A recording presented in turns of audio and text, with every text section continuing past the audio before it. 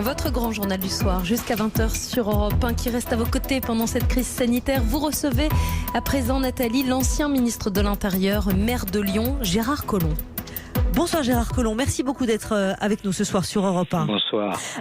Gérard Collomb, première question, parce qu'on aura la carte là dans les toutes prochaines minutes des départements rouges, des départements verts. Savez-vous ce soir si votre département du Rhône sera classé en vert ou en rouge ? Eh bien non, pour le moment, je ne le sais pas encore. Mais comme vous le savez, dans les semaines qui viennent, quelques départements qui ont été classés en rouge pourront devenir verts et vice-versa en fonction de l'évolution de la pandémie et aussi, comme l'a dit le Premier ministre, du nombre de places disponibles dans les hôpitaux. Effectivement, et je crois que c'est typiquement le cas du Rhône où les capacités de test se développent depuis plusieurs semaines, mais où effectivement il y a encore des aspects qui peuvent être très évolutifs. Ce qu'a dit le Premier ministre, si vous voulez, c'est qu'aujourd'hui, pour que l'on puisse rester maître de la seconde phase de la pandémie que nous connaissons, c'est que nous puissions avoir un seuil de nouveaux malades qui soit entre 1000 et 3000. Or, ce qu'on nous dit aujourd'hui, c'est que l'on serait plus près de 3000, d'où la précaution qu'a prise le Premier ministre de dire que c'est le 7 finalement, que l'on verra si les mesures annoncées peuvent être mises en place effectivement à partir du 11 mai, parce que aujourd'hui, quelques signes montrent que nous avons des difficultés. Alors précisément Gérard Collomb, vous avez dit aujourd'hui ce sera une obligation de porter un masque dans votre ville à Lyon, dans l'espace public, soyons précis, dans la rue donc, à compter du 11 mai. Le ministère de l'Intérieur le recommande lui fortement depuis cet après-midi, mais n'envisage toujours pas de le rendre obligatoire. Vous comptiez sur le gouvernement pour imposer cette mesure ? Si vous voulez, le problème que je viens de vous exposer montre qu'il faut absolument que nous nous protégions dans les prochaines semaines.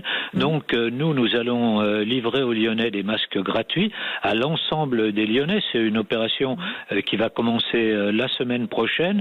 Et donc, une fois que les Lyonnais auront tous un masque, nous pourrons faire en sorte, peut-être pas sur toute la ville, mais au moins dans les endroits où il y a beaucoup de public, de rendre le masque obligatoire. Parce que si vous voulez, lorsque vous êtes dans des rues très commerçantes, lorsque vous êtes aux abords, par exemple, des stations de métro, vous avez évidemment un public considérable et donc le geste de distanciation ne suffit pas. À mon avis, il faut porter un masque. Et puis, les masques sont obligatoires dans les transports en commun.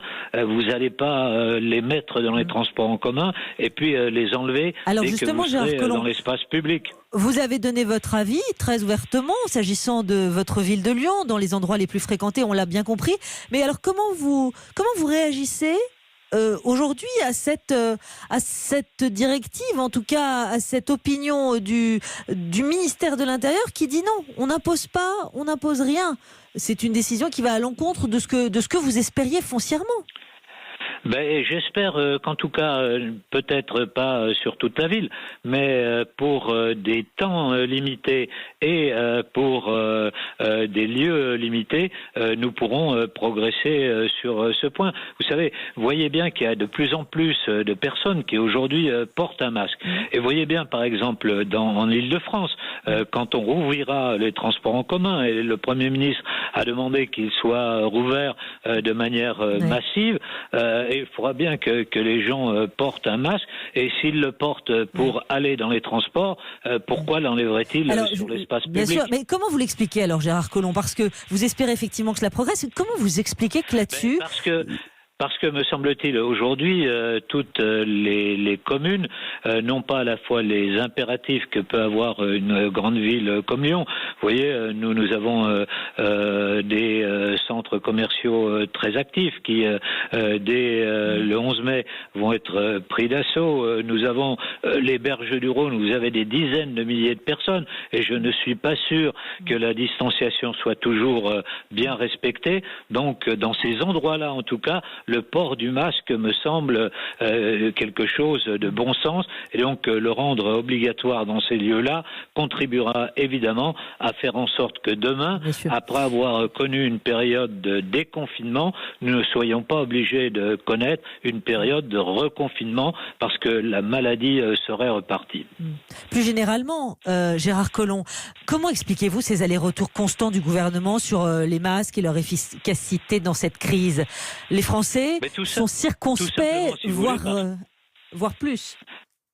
Tout simplement, si vous voulez, parce que les connaissances sur le virus évoluent. Regardez ce que l'on connaissait du virus au début de la crise et aujourd'hui la connaissance que l'on en a, évidemment, elle s'est totalement améliorée et chaque fois, il y a eu un certain nombre de surprises pour les chercheurs qui voyaient quelque chose de différent de ce qu'ils croyaient au début. Donc, le politique, lui aussi, est un peu, si vous voulez, désarmé quand les chercheurs, les plus grands spécialistes à travers le monde sont déroutés par ce virus. La rentrée scolaire, elle se prépare aussi pour désormais tous les écoliers maternels et primaires. La doctrine du gouvernement, elle a évolué en la matière. C'était au départ échelonné, 11, 18, 25 mai pour les écoliers. Chez vous, à Lyon, ce sera toujours progressif ? Oui, ça sera toujours progressif. J'ai eu ce matin une rencontre avec le directeur académique et donc nous avons visité pour voir comment les choses allaient se passer concrètement une école.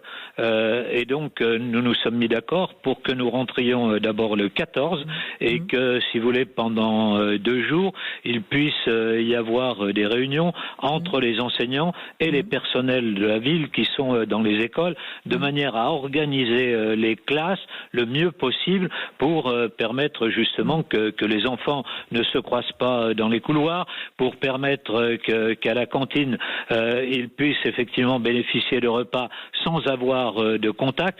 C'est toutes ces choses que nous étudions ensemble. C'est pas ce qui sera le cas pour l'ensemble du pays. Vous l'avez entendu, Édouard Philippe a annoncé le 11 mai. Vous êtes circonspect, vous êtes comment par rapport à cette annonce qui n'était pas celle de Jean-Michel Blanquer il y a 10 jours, hein. Oui, c'est vrai, mais je pense que, comme je vous l'ai dit, les choses évoluent. Nous avions hier une réunion avec le Premier ministre, donc tous les départements, les régions et tous les niveaux de communes. Et on voit bien que les problèmes sont totalement différents suivant que l'on se trouve dans des grandes villes ou bien dans des petites communes. Néanmoins, pardonnez-moi, et vous le connaissez bien, Gérard Collomb, Emmanuel Macron, et on l'a pu le découvrir notamment dans la presse écrite, Emmanuel Macron est sceptique sur cette rentrée du 11. Vous avez pu en discuter avec lui? Vous avez le président au téléphone depuis le début de cette crise? Non, je n'ai pas eu le président. Simplement, nous avions une visioconférence à laquelle je participais pour France Urbaine, le jeudi 23, je crois, et donc nous avons pu échanger à cette occasion. On voit bien que le couple exécutif n'est pas sur le même tempo concernant cette réouverture des écoles, mais pas seulement sur la réouverture des écoles, sur d'autres points. Je pense que le discours du Premier ministre à l'Assemblée nationale avait évidemment l'aval du président de la République, parce qu'il ne peut pas en être autrement, et donc peut-être y a-t-il, comme toujours, des discussions au départ, mais à mon avis, l'un et l'autre sont sur la même ligne pour donner un certain nombre de directions. Gérard Collomb, un mot aussi de la saison de football, parce que je sais bien que cela vous parle terriblement. La saison de foot, elle est terminée. Jean-Michel Aulas est contre. Le président de l'OL considère qu'il fallait terminer avec un format réduit. À ce stade, donc Lyon n'ira pas en Coupe d'Europe. Cela a un impact sur votre ville. Vous connaissez bien Jean-Michel Aulas? Oui, bien sûr, oui, ça a un impact d'abord pour le club, comme pour tous les autres clubs, et puis également pour les spectateurs qui vont être privés pendant la fin de saison de tous les matchs, et où Lyon avait un petit espoir de se qualifier finalement pour la Coupe européenne. Elle ne se qualifiera pas. Merci beaucoup Gérard Collomb d'avoir été ce soir avec nous sur Europe 1. Merci à vous. Merci à vous.